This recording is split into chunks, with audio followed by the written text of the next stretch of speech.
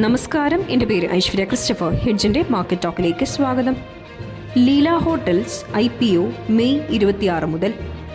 സ്ക്ലോസ് ബാംഗ്ലൂരിൻ്റെ ഉടമസ്ഥതയിലുള്ള ലീല ഹോട്ടൽസിൻ്റെ ഇനിഷ്യൽ പബ്ലിക് ഓഫർ മെയ് 26 മുതൽ 28 വരെ നടക്കും. IPO വില 413 മുതൽ 436 രൂപയാണ്. 34 ഓഹരികൾ ഉൾപ്പെട്ടതാണ് ഒരു ലോട്ട്. 3500 കോടി രൂപയാണ് IPO വഴി ലീല ഹോട്ടൽസ് സമാഹരിക്കുന്നത്.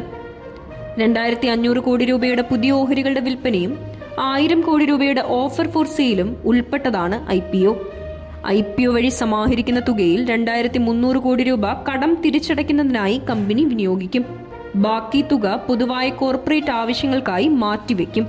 2019 സ്ഥാപിതമായ സ്ക്ലോസ് ബാംഗ്ലൂർ മുറികളുടെ എണ്ണത്തിന്റെ അടിസ്ഥാനത്തിൽ രാജ്യത്തെ ഏറ്റവും വലിയ ആഡംബര ഹോട്ടൽ ശൃംഖലകളിൽ ഒന്നാണ്. നിഫ്റ്റി 24,800 മുകളിൽ. ഓഹരി വിപണി തുടർച്ചയായ 3 ദിവസത്തെ ഇടിവിന് ശേഷം ഇന്ന് നേട്ടം രേഖപ്പെടുത്തി.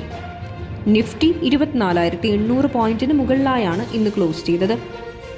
സെൻസെക്സ് 419 പോയിന്റ് ഉയർന്ന് 81,596-ലും നിഫ്റ്റി 129 പോയിന്റ് നേട്ടത്തോടെ 24,813-ലും വ്യാപാരം അവസാനിപ്പിച്ചു. 2214 ഓഹരികൾ നേട്ടം രേഖപ്പെടുത്തിയപ്പോൾ 1615 ഓഹരികളുടെ വിലയിടിഞ്ഞു. 126 ഓഹരികളുടെ വിലയിൽ മാറ്റമില്ല. Bharat electronics, Tata steel, Cipla, HDFC life, Bajaj Finserv എന്നിവയാണ് ഇന്ന് നേട്ടത്തിൽ മുന്നിൽ നിന്ന നിഫ്റ്റി ഓഹരികൾ. IndusInd bank, JSW steel, Kotak Mahindra bank, Grasim industries, call India എന്നിവയാണ് ഇന്ന് കൂടുതൽ നഷ്ടം രേഖപ്പെടുത്തിയ നിഫ്റ്റി ഓഹരികൾ. കൺസ്യൂമർ ഡ്യൂറബിൾസ് ഒഴികെ എല്ലാ മേഖലാ സൂചികകളും ഇന്ന് ഉയർന്നു.